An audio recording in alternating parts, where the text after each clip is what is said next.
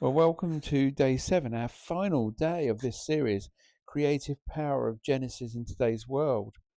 We've journeyed through chaos, light, boundaries, seeds and seasons, and stewardship.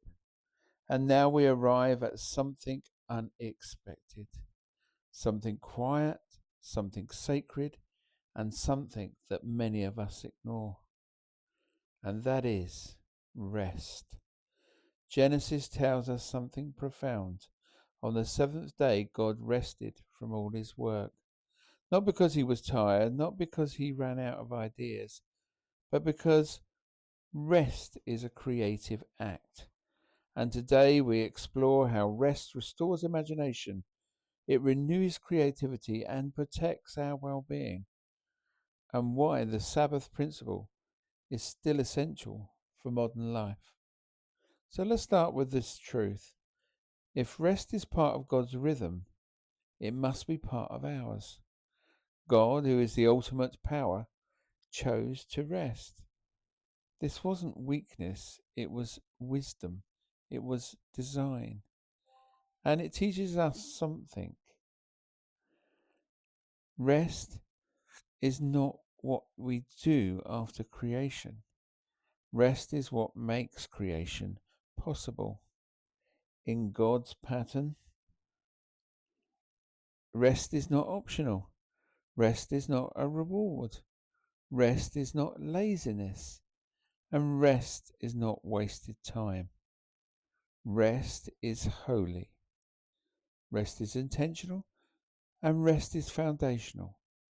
Our world today glorifies exhaustion. Busy schedules, late night grinding, burnt out treated like achievement, productivity over peace, constant notifications, endless to-do lists. But creativity cannot survive at this pace. Burnout doesn't just drain your energy, it drains your imagination. And when you're exhausted, ideas dry up, passion fades, clarity disappears, and patience shortens. Joy evaporates, but rest restores what burnt out steals. Some of the greatest breakthroughs will come not when you are pushing harder, but when you finally breathing again. Burnout tells lies.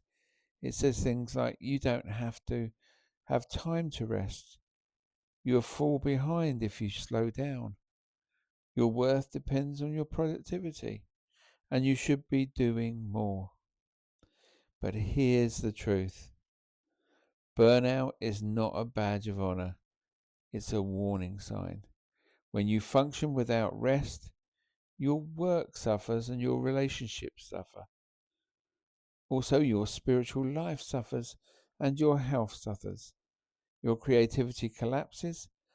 Overwork is not commitment, it's self-neglect. Self-neglect. God never designed you for constant output. God designed you for daily bread, not daily burnout. So, Sabbath is not just a day off, it's a principle, it's a spiritual rhythm and a creative reset. And Sabbath means things like stopping and breathing, delighting, reconnecting and renewing, remembering who you are and remembering who God is. So in Genesis, the Sabbath is the climax of creation, not because nothing happens on that day, but because something profound happens inside of us. And Sabbath really teaches us that you are not a machine and God is in control when you pause. That life is more than work and your identity isn't tied to your productivity. So rest is part of worship, and Sabbath is how God protects your creativity. So let's move into how. Here are powerful rest rhythms in modern life. One is micro rest, the power of pauses. Throughout your day, schedule short pauses, 5 minutes to breathe, 10 minutes to step outside, 2 minutes to stretch, and 60 seconds to reset your focus.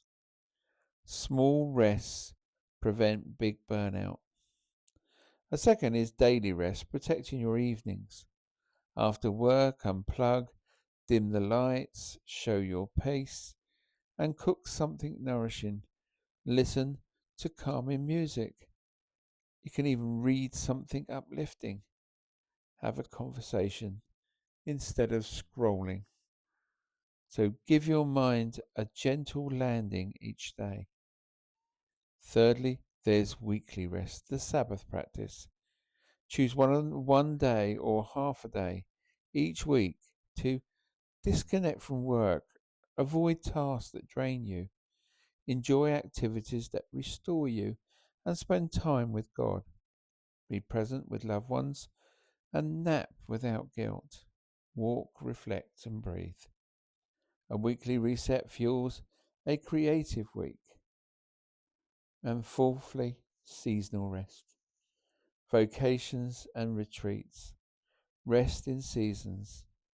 Take a weekend getaway, unplug for a few days.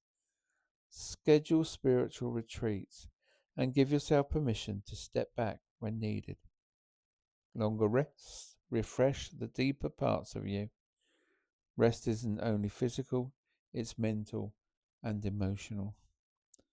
So here are ways that you can rest your mind. Journal your thoughts to release mental clutter, meditate on scripture, or spend time in nature and the practice of silence. Sit with God without an agenda and breathe deeply for 60 seconds. Speak kindly to yourself because mental rest brings clarity. Clarity fuels creativity and creativity fuels purpose. Our minds were not built for constant notification, endless scrolling, or 24/7 news, comparison, or digital noise.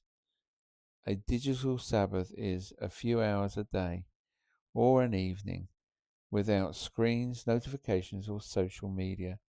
So during this time, your brain resets, repairs, and rebalances, and it reconnects with what matters. Creative ideas often appear when the digital noise disappears. As we end this series, imagine this moment. Creation has just unfolded.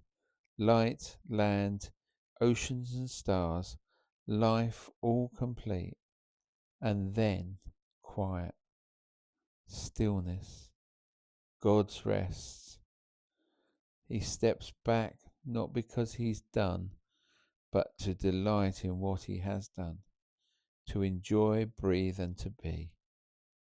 He shows us that rest is not the end of creativity.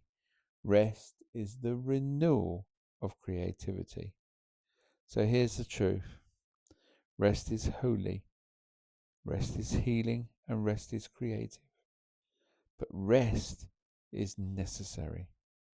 Your rest is not a break from creation, it's part of creation. So take a few minutes a day to reflect. Where in my life am I feeling drained and shattered? What type of rest do I need right now? Is it physical? Is it mental, emotional, spiritual, or digital? And what is the one rest rhythm I can begin practicing each week? Let your answers guide you into the renewal. So thank you for joining me on day 7 of the creative power of Genesis in today's world. And thank you for journeying through this whole 7-day set of podcasts. May rest revive you. May peace surround you. And may God renew your creativity for the next chapter of your life.